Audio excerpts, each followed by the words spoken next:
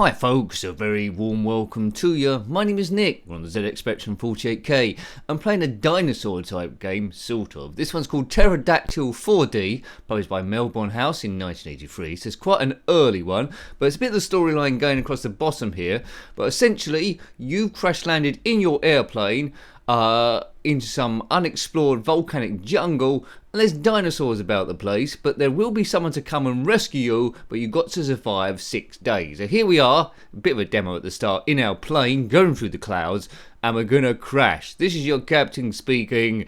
We appear to be having some difficulty. Well, you know, this is my first go of the game, so we'll see how the thing plays. Don't expect expert gameplay, as usual. If you had this one back in the day, then let me know.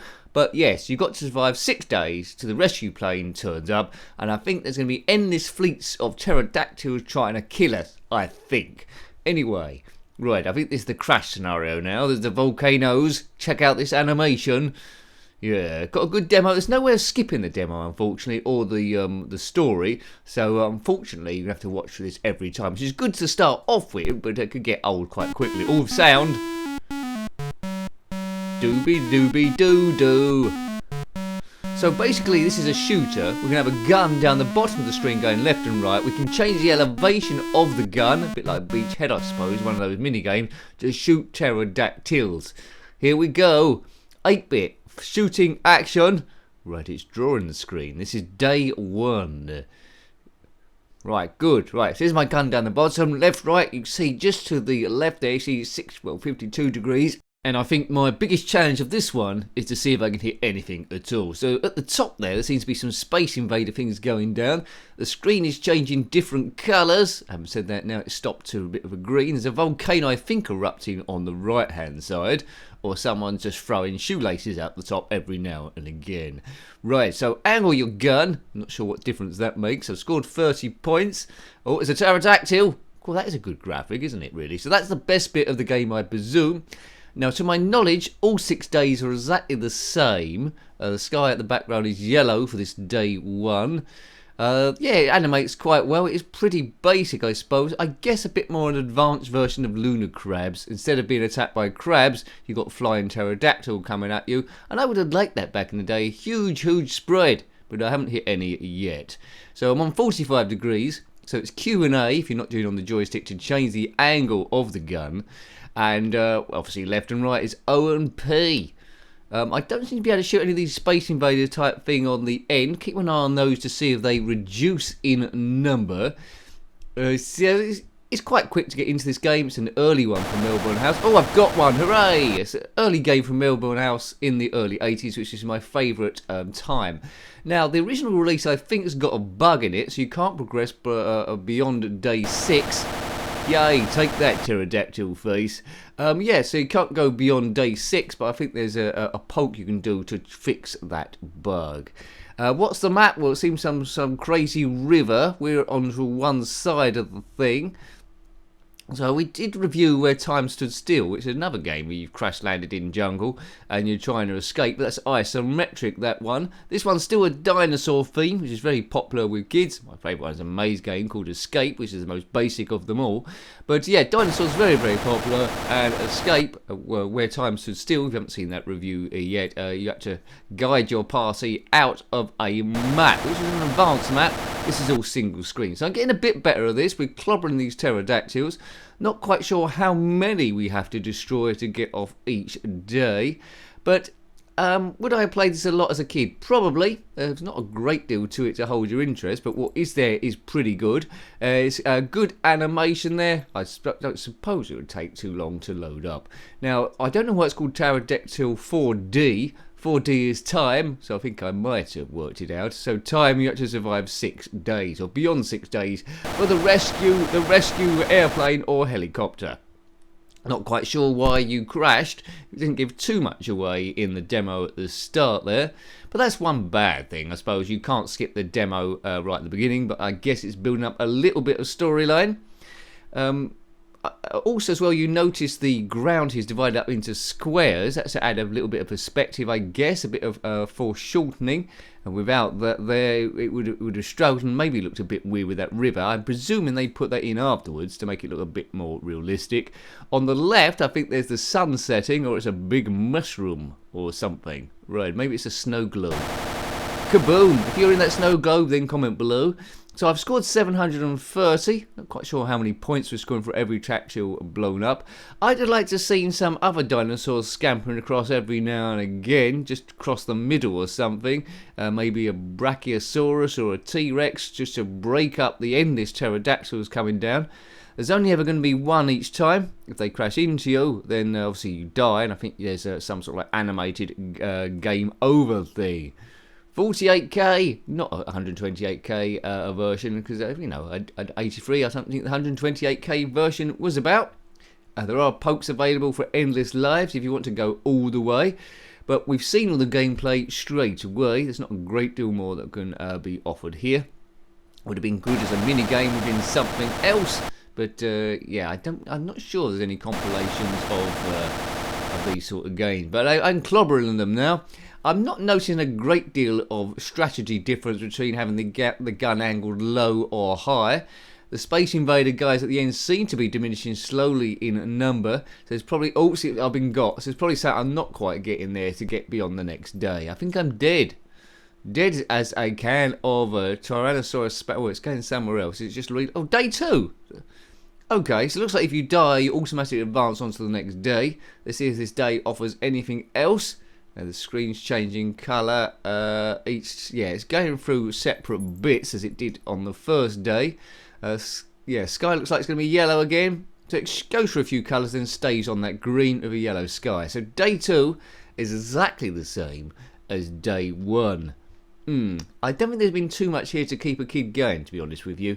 A lot of zxspectrum games would have the thing of guessing what colour the next stage is going to be. This looks like, although it's got the cycling at the start, oh, I've been hit again, it's always the same colour. Am I going on to day 3, or is that me dead? It might be me dead, actually. Day 3? That's weird, that. So you can get on to the next day by either dying, or, yeah, or shooting as much of stuff as you possibly can. So if you had a cheat for infinite lives, you'd probably zip through this game, because all you need to do is die 6 times and you've completed the thing. Very, very, very strange. That river isn't running very quick. I think it might be a load of slurry in there. And unless it isn't a river, it might be just a big wiggly worm. If you are a big wiggly worm, then comment below, especially if you're a prehistoric one. Put your favourite dinosaur game below. You might put Dino Crisis on the PlayStation 1. It's not a game that I played. There's modern day Jurassic Park or Jurassic World games. I haven't played them either, but they did look like a whole heap of fun. They look like a big time killer. Kaboom!